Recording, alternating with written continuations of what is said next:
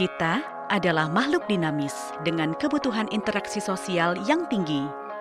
Kini, interaksi telah dimudahkan dengan adanya alat transportasi dan segala prasarananya yang telah menjadi bagian dalam kehidupan kita sehari-hari.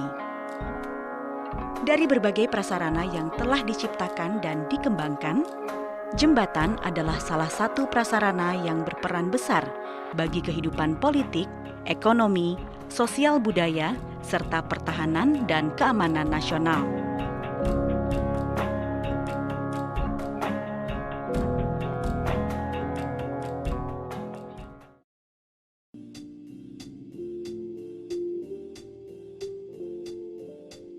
Jembatan merupakan sebuah struktur yang berfungsi untuk menghubungkan dua bagian jalan yang terpotong oleh sebuah rintangan sehingga tersedia jalur bagi pejalan kaki, pengguna kendaraan bermotor, atau kereta api. Bangunan jembatan dibagi menjadi dua komponen utama, yaitu bangunan atas jembatan dan bangunan bawah jembatan. Bangunan atas jembatan meliputi gelagar, lantai jembatan, lapisan permukaan, dan landasan. Sedangkan untuk bangunan bawah jembatan meliputi kepala jembatan, landasan, fondasi telapak, fondasi tiang, dan pilar. Menurut jenis materialnya, jembatan pada umumnya terbuat dari beton, baja, kayu, atau kombinasi dari beberapa material tersebut. Untuk aplikasi jembatan dengan bentangan kurang dari 40 meter, pada umumnya menggunakan jembatan beton, seperti jembatan gelagar pracetak pratekan yang sering kita jumpai, yang pembangunannya relatif hampir sama dengan jembatan gelagar baja atau gelagar baja komposit. Sistem pembangunan jembatan rangka baja tergantung pada lokasi topografi di mana jembatan itu dibangun. Jembatan ini memiliki keunggulan yang sama dengan jembatan beton. Sedangkan untuk jembatan kayu, saat ini populasinya sangat minim. Pada 2 dekade yang lalu, hampir semua jembatan dari kayu sudah diganti dengan jembatan rangka baja atau jembatan beton. Namun demikian, salah satu yang tersisa adalah jembatan Pamona di Danau Tentena, Sulawesi Tengah. Dalam merancang sebuah jembatan, sehingga nantinya jembatan dapat berfungsi dan digunakan dalam waktu yang lama, tentu saja harus melalui tahapan seperti perencanaan, pembangunan, pengujian, dan pemeliharaan. Pada tahap perencanaan dibagi menjadi 3 bagian, yaitu tahapan perencanaan awal, studi kelayakan, dan perencanaan akhir, yang kemudian dilanjutkan dengan penyiapan detail engineering design sebelum masuk ke tahapan pembangunan. Untuk menyiapkan detail engineering design, banyak kajian-kajian yang harus dilakukan. Pertama, kita harus melakukan survei pendahuluan, kemudian kita harus melakukan soil investigasi, kemudian kita harus melakukan topografi, kemudian kita juga harus melakukan survei hidrologi dan arus air, dan lain sebagainya.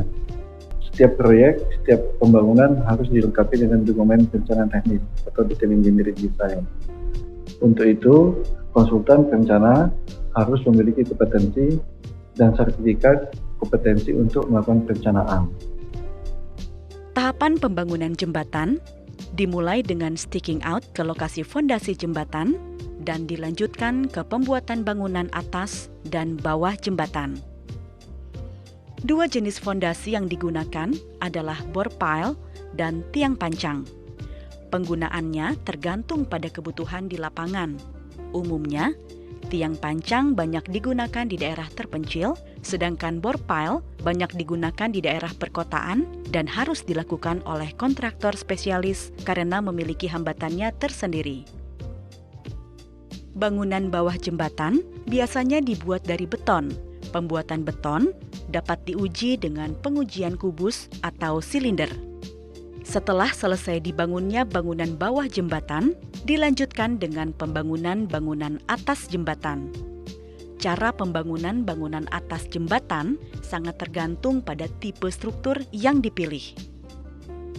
Untuk lebih detailnya, memang tahapan pembangunan bangunan atas sangat tergantung kepada kepiawaian daripada kontraktor dan lokasi daripada jembatan.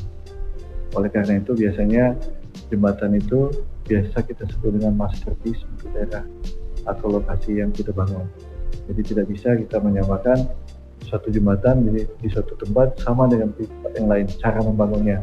Walaupun bangunan atasnya sama bentuknya, tapi topografi lingkungan di sekitar jembatan sangat menentukan bagaimana kita membangunnya.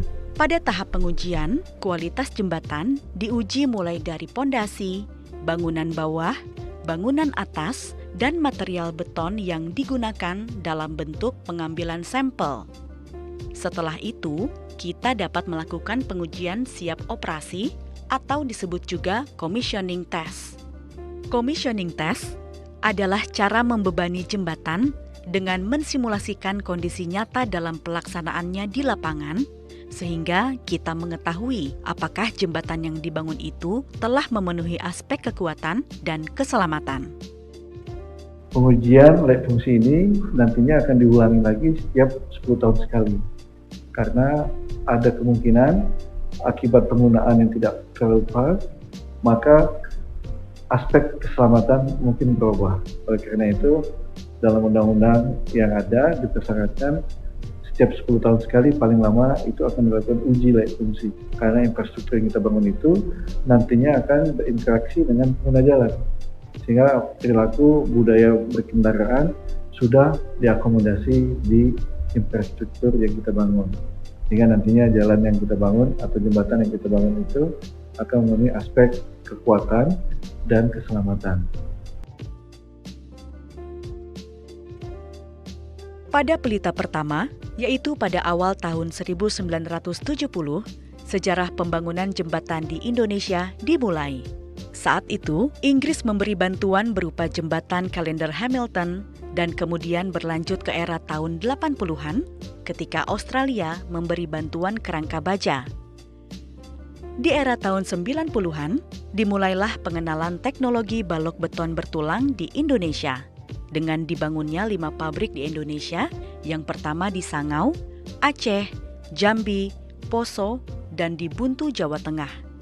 Pada era 80-an, banyak dibuat gambar standar berupa balok T, balok I-girder, baja komposit, dan lainnya yang bisa diterapkan dalam pembangunan jembatan.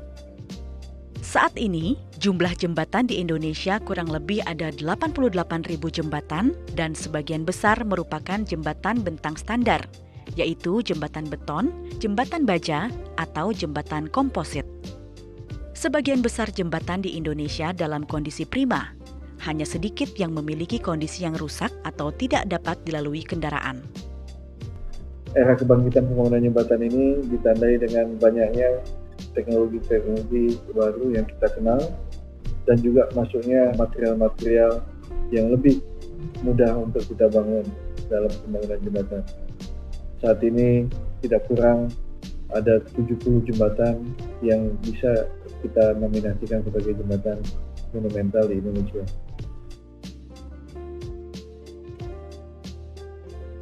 Melihat sejarah pembangunan dan perkembangannya hingga saat ini, banyak aktivitas pemerintah dan masyarakat yang terbantu oleh adanya jembatan.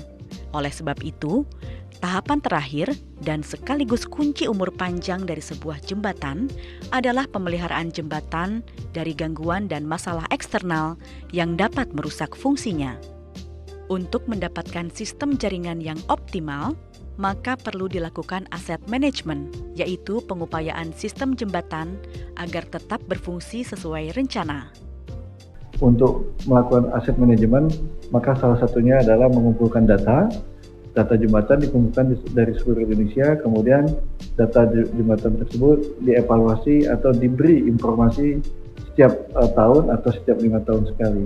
Kemudian daripada itu, data itu diproses sesuai dengan kondisi yang ada untuk mendapatkan rating kondisi jembatan.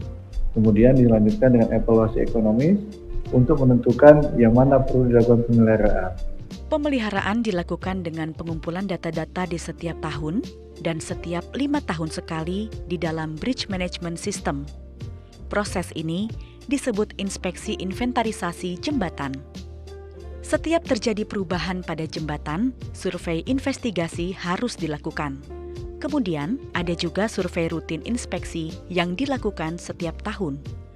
Data-data ini kemudian diproses dengan data lalu lintas, penentuan rating jembatan, dan jenis penanganan yang diperlukan. Jika jembatan berada di skala kondisi 1 atau 0, berarti jembatan dalam kondisi baik, lalu survei rutin dilakukan. Sementara, skala 4 dan 5 adalah kondisi kritis, sehingga rehabilitasi harus dilakukan. Sebuah jembatan tentu harus dapat memenuhi aspek keamanan dan keselamatan. Keamanan ditujukan dari segi pemenuhan spesifikasi jembatan, sedangkan keselamatan ditujukan pada segi interaksi dengan pengguna jalan.